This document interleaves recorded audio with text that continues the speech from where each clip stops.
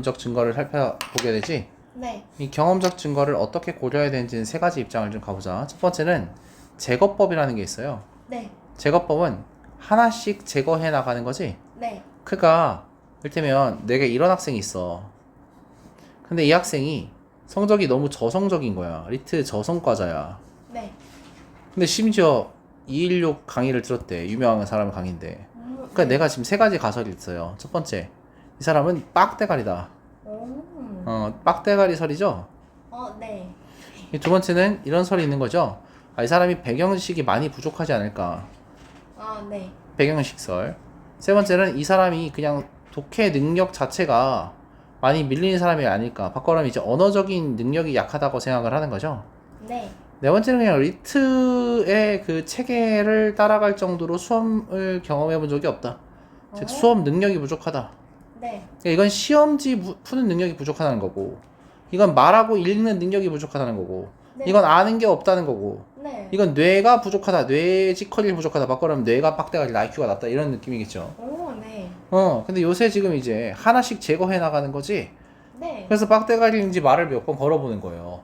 그랬어요? 말을 걸어보니까 네. 빡대가리까지는 아닌 것 같아. 그 말귀를 알아먹긴 하잖아, 사람이잖아, 그쵸? 네. 길도 잘 돌아다니고. 백명식설은 맞는 것 같아. 네. 물어보면 아는 게 없어, 사람이. 그럴 수도 있구나. 그래서 이게 백명식을 메꾸라고 제가 강의를 듣고 있는 거죠. 네. 이런 식으로 선지를 제거해가면서 이게 아닐까라고 판단할 수 있는 거지. 어쨌든 저성과라는 것은 확실한 거잖아. 지금 이제 결과잖아. 네. 이 결과에 지금 뭐를 추정하고 있는 중이에요. 원인. 그렇지, 원인을 추정하고 있는 중인 거지. 네. 그래서 이 방법은 여러 가설 중에 참임이 확실한 가설이 분명히 있고 경험적 증거가 나머지 가설을 분명히 제외시킬 때만 유용하죠. 네. 그러니까 이거는 기본적으로 실험이나 데이터를 통해서 반증이 가능한 형태로 가설이 돼 있어야겠지. 네. 그러니까 여기서 만약에 0번 가설이 귀신이 씌었다. 귀신이 씌어서 귀신이 성적을 못 나오게 막고 있는 거야. 이거는 검증도 불가능하고 반박도 불가능하잖아. 네. 그러니까 이걸 어떻게 제거할 거야? 그러니까 이런 명제가 들어가 있으면 된다, 안 된다? 안 된다. 그렇지, 이런 명제는 빼라는 거지. 네.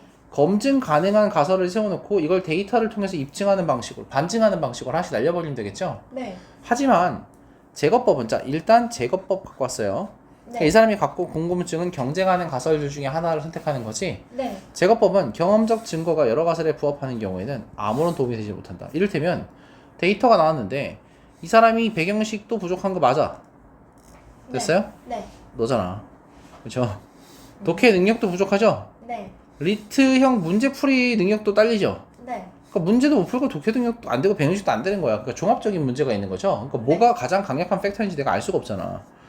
예를 들어, 그렇지. 이런 경우에는 아무런 도움이 되지 않는다. 네.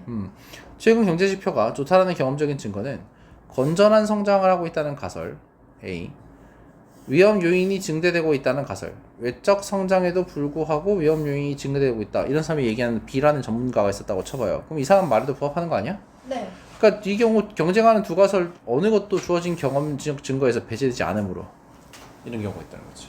네. 고전적 기납주의를 제거법을 보아라요. 자, 고전적 기납주의. 그럼 얘는 뭐야? 2번. 네. 그러니까 여기까지는 지금 정리해보면, 제거. 그렇지, 제거법의 단점을 설명하고 있는 거죠? 네. 그래서 고전적 기납주의라는 게 등장하는 거지. 네. 단점을 보나요? 경험적 증거가 배제하지 않는 가설들 사이에서 선택할 수 있다. 자, 고전적 기납주의는 특정 가설에 부합하는 경험적 증거가 많을수록 가설을 믿을 만하게 된다. 이런 걸 뭐라 그래요? 존나 멋있는 말로 된다. 강화 증거지. 강화 증거. 네. 강화할 수 있겠어? 네. 이에 따르면 우리는 관련된 경험적 증거 전체를 고려해서 가설을 선택할 수 있다. 예를 들어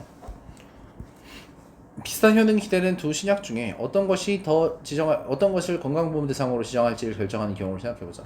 그러니까 건강 대상 약품으로 지정되면 좋은 거겠죠. 네. 근데 생각해봐, 건보 대상으로 지정이 돼야 사 먹겠지. 네. 비보험이면 누가 사 먹겠어요. 네. 그래서 고전적 기납주의는 우리가 두 신약에 대한 다양한 임상 결과를 종합적으로 고려해서 긍정적 결과를 더 많이 얻은 신약을 선택해야 된다고 얘기를 하는 거지. 네. 물론 부정적 효과를 받으면 그냥 제거해버리면 되잖아. 제거법과 동일한 결론. 네. 이거 뭐 판단할 필요가 없죠. 네. 그러니까 A약, B약 중에 뭐를 보험을 넣을 거야 그랬는데 A약, B약 먹고 누구 죽었어. 그럼 B는 그냥 소거법에서 제거해버리면 되잖아. 네. 이런 경우 말고 A도 긍정적인 결과가 많고 B도 긍정적인 결과가 많아. 그럼 네. 더 많은 A를 지정하면 된다는 거지. 네. 반증은 안 되는 경우의 선택을 얘기하고 있는 거죠. 네. 어떤 경험적 증거가 특정 가설에 부합할 때 우리는 고전적 귀납주의로부터 경험적 증거로 인해서 얼마나 높았는지를 정량적으로 판단할 수 없다. 이게 단점이지. 네. 그런데라고 붙었으니까 이제 단점 얘기하려고 그러는 거지. 맞아요. 그러니까 여기서부터 여기까지는 2번 고전적 귀납주의. 그럼 이제 고전적 귀납주의 얘기했으니까 뭐 얘기하겠어요? 고전적 귀납주의에 뭐 얘기하겠어? 단점 얘기하겠지? 네. 고전적 귀납주의에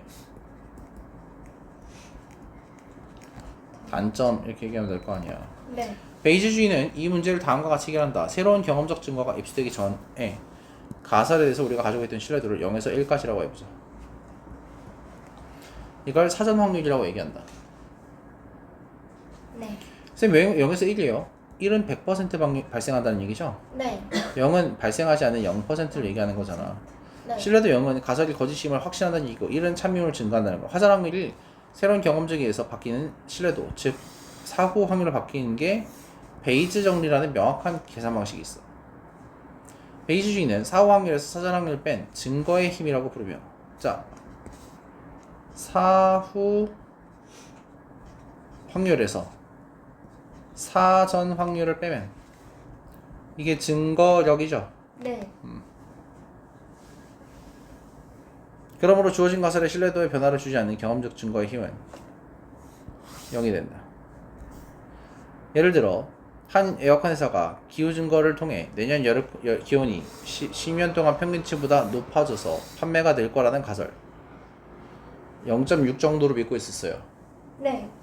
그런데 내년 경기가 좋아져서 가전제품 소비가 늘 것이라는 새로운 증거가 제시했을 때 베이지 사후 확률이 0.8로 높아졌다고 생각해봐. 그러니까 내년에 대박이 날 확률을 지금 0.8로 잡은 거죠? 네. 증거가 있기 전에는 원래 몇이었어요? 0.6. 0.6이었죠? 네. 그러면 지금 그냥 0.2만큼이 증거력이라고 보면 되겠죠? 네. 됐어요? 네. 이처럼 베이지주의는 증거와 가설 사이의 관계를 엄격한 정확한 정량학 수치로 표현할 수 있어서 가설의 정택의 정밀성을 높일 수 있다. 됐어요? 네. 이와 같은 유용성에 불구하고 베이지주의에는 비판도 있다. 자, 베이지주의에 대한 비판. 그러니까 베이지주의가 지금 몇 번이에요? 고전적 귀납주의에서 3번이요. 그치요. 네. 사전 확률까지 계산하는 고전적 귀납으로부터 정량적으로 판단할 수 없었기 때문에 베이지주의는 이라고 했으니까 베이지주의는 3번이잖아. 네. 그러니까 여기 3번에 대한 비판 얘기 나오는 거지. 네. 베이지 가설 평가 방법이 과학자의 연구 방법과 일치하지 않는다. 베이지주의는 증거와 가설의 관계로 확률을 이용해서 분석하지만 비판자들에 의하면 실제로 과학자들은 그와 같은 확률 계산하지 않고 다른 증거 평가 방식을 사용하는 경우가 많다. 이런 맥락에서 베이지주의는 첫 번째 단점이지. 네. 현실에 맞지 않는 이론. 이에 대해서 일부 베이지주의자들은 베이지주의가 과학자들이 실제로 가설을 평가하는 가설을 기술한 이론이 아니라 마땅히 따라야 될 규범을 제시한 이론이라고 제시한다. 그러니까 1번 틀렸다는 얘기지. 네. 왜 틀렸냐면 얘네는 과학자들이랑 맞지 않는다. 과학자들이 입증하는 방식과 맞지 않는다라고 얘기했는데 이건 과학자들 새끼가 틀렸다는 거지. 네. 우리는 규범을 제시한 거지 니들이 따라가야지 라고 얘기하면서 끝났어요. 네. 자, 베이지주의에 따르면 사전 확률과 사후 확률은 같을 수가 없다가 아니라 같을 수 있지. 있어요. 이때는 증거에 힘이 없는 경우지. 네. 이건 대놓고 예시가 나왔잖아요. 어디 나왔어? 맞아요. 여기 얘를 가설의 신뢰도가 변화가 아예 어디다 팔아먹고 있어. 네. 가설의 신뢰도 변화가 없다면 경험적 증거의 힘은 0이 된다. 네. 그러니까 P 사후 빼기 P 사전이 0이다. 0인 거잖아. 변화가 없는 거잖아. 네. 그러니까 여기가 지금 1번에 1번이 되는 거죠? 네. 명확한 반예가 있는데 지금 이걸 왜 못 찾아? 같을 수가 있다라고 찾아버리고 1번 치고 씨바 날려버리고 넘어가야지. 네. 제거법과 고전주의의 고전적 귀납주의에 대한 설명을 적절하지 않은 것은 제거법은 둘 이상의 가설이 제시될 때 유용할 수 있죠? 네. 유용하다가 아니야. 유용할 수 있다니까 무조건 맞지. 네. 둘 이상의 가설이 이미 확인된 경험적 증거와 부합할 때 제거법은 가설 선택에 확정짓지 못하지. 네. 이게 얘의 단점이라고 소개까지 맞아요. 했잖아. 네. 가설에 부합하는 증거가 계속 증가할 때 고전적 귀납주의는 가설의 신뢰도가 높아진다. 이걸 네. 뭐라 그랬어요? 두 글자로 강화 증거지. 어... 내가 쓴 거잖아, 강화는. 네. 그치? 네. 고전적 귀납주의는 증거가 많을수록 강화가 된다고 생각하죠. 네. 고전적 귀납주의는 경험적 증거를 통해 경쟁하는 가설들에 대한 상대적인 평가가 가능하잖아. 네. 증거가 더 많은 A가 증거가 더 적은 B보다 우수한 가설 아니에요? 네. 경험적 증거가 가설에 부합하지 않을 때 제거법과 거절법인 다른 답을 내놓는 게 아니라 같은 답을 내놓죠. 왜냐면 가설에 부합하지 않으면 반증된 거잖아. 아. 반증했을 때는 고전적 귀납주의도 제거법 쓴다 그랬잖아. 아, 맞아요. 고전적 귀납주의도 제거법 쓴다고. 네. A랑 B 중에 B는 사람을 죽인 약이야. 그럼 B는 안 팔아야 될 거 아니야. 네. 뭘 경험적 증거를 세고 다 빠졌어. 이해 갔어요? 네. 반례가 나오면 거기서 끝인 거지. 네. 다음 몇 번? 5번. 5번이지. 그러니까 고전적 귀납주의는 이렇게 정리할 수 있겠네. 만약에 반례가 있어. 네. 그럼 뭐 해버려 그냥 바로. 제거한다. 제거해버리면 되지. 네. 반례가 있는데 뭐 할 말이 있나. 근데 반례가 없어. 그러면 경험적 증거의 누적으로 확률이 올라간다. 맞을 확률이 올라간다라고 생각하는 거지 얘는. 네. 됐어요. 네. 자, 범인이 왼손. 그러니까 이번 문제가 왜 나왔는지도 좀 생각해 볼 필요가 있어. 제거법이라는 놈과 고전적 귀납주의라는 놈이 공통적으로 가지고 있는 거죠. 네. 공통점을 물어봤지? 네. 요새 뭐가 뭐를 물어본다고 해서 다 공통점. 그렇지. 범인이 왼손잡이다라는 가설에 대해서 평가하고 있는 거죠. 네. 근데 얘는 지금 왼손잡이라는 증거를 가를 발견하고 하나는 오른손잡이라는 증거를 했으니까 이건 강화 증거고 이건 약화 증거지. 네. 근데 보기 거의 확신했다 그러니까 확률을 0.9 정도로 두자고. 네. 아니면 0.8 해볼까? 0.8 정도로 둡시다. 네. 그럼 왼손잡이라는 증거가 있으니까 플러스 0. 뭐 x가 되겠지. 네. 오른손잡이라는 증거가 나왔으니까 이거는 마이너스 0.x가 되겠지. 네. 근데 가나를 함께 고려하면 a에 대해서 더 확신하게 되었다고 했으니까 a 값이 더 커야 될 거 아니야. 지금 이 가의 강화 증거의 값이 절대값이 더 커야 될 거 아니야. 네.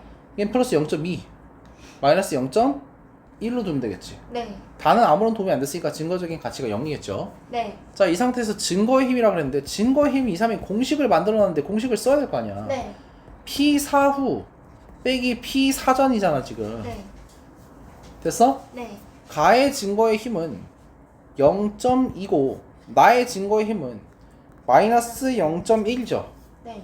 나가 더 클 수가 없지. 네. 가나다가 갖는 증거의 힘을 합하면 뭐다 0보다 크지. 그럼 네. 몇 번이야? 2번. 2번이 0.2 마이너스 0.1 얘는 0이잖아. 네. 나가 A에 대해서 갖는 증거의 힘은 0보다 크다. 0보다 작아야겠죠. 네. 0보다 커버리면 강화되는 거야. 네. 그러니까 0보다 크면 강화라고 써주면 되겠지. 네. 나와 다만 고려하면 A의 신뢰도는 변함이 없다. 변함이 있지. 네. 내려가야 될 거 아니야. 왜냐면 이건 약화 증거고 얘는 무관한 증거니까. 네. 다가 A에 가는 증거의 힘은 0보다 큰 게 아니라 이게 바로 0의 정의지. 네. 관련이 없는 거. 다음 2번인 거 이해갔어요? 네. 좋아.